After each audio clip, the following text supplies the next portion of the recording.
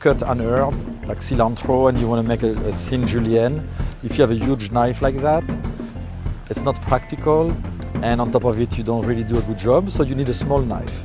And as soon as you start to touch a loin of tuna and you're going to cut it, with your tiny knife, it will be ridiculous to attack the tuna.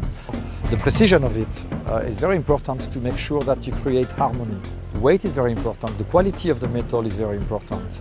The maintenance, I always look at the maintenance. It has to feel good in your hand. When you talk about the most important tools in the kitchen, I like to think in the software and the hardware. The hardware is simple. It's the good knife, the good blender, the good slicer, the good whatever. But I like to remind everyone that one of the most important tools are the ones that you barely see, which that's the true software, which is the passion, is the commitment, is the hard work.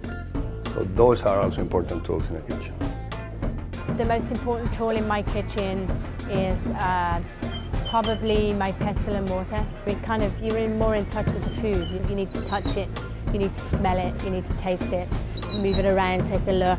You don't become a chef to be mechanical. You become a chef because it's your passion and it's a craft. Most important tool in my kitchen, in any kitchen, is a good knife. There is no technique without a knife. It's the principle.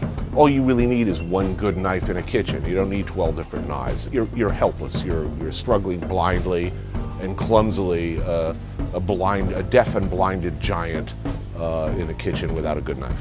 Functionality is everything. I mean, it's a tool. Is it a tool or is it a toy or a collectible? You know, you got to ask yourself right up front. Why does everyone want a knife? It's got to be sharp. Sharp. Is it sharp? Is it there for me when I need it? It's a balance between how sharp it's likely to be when I pick it up and how much work I'm going to have to do to keep it sharp. Without a sharp knife, you are lost adrift and totally hopeless.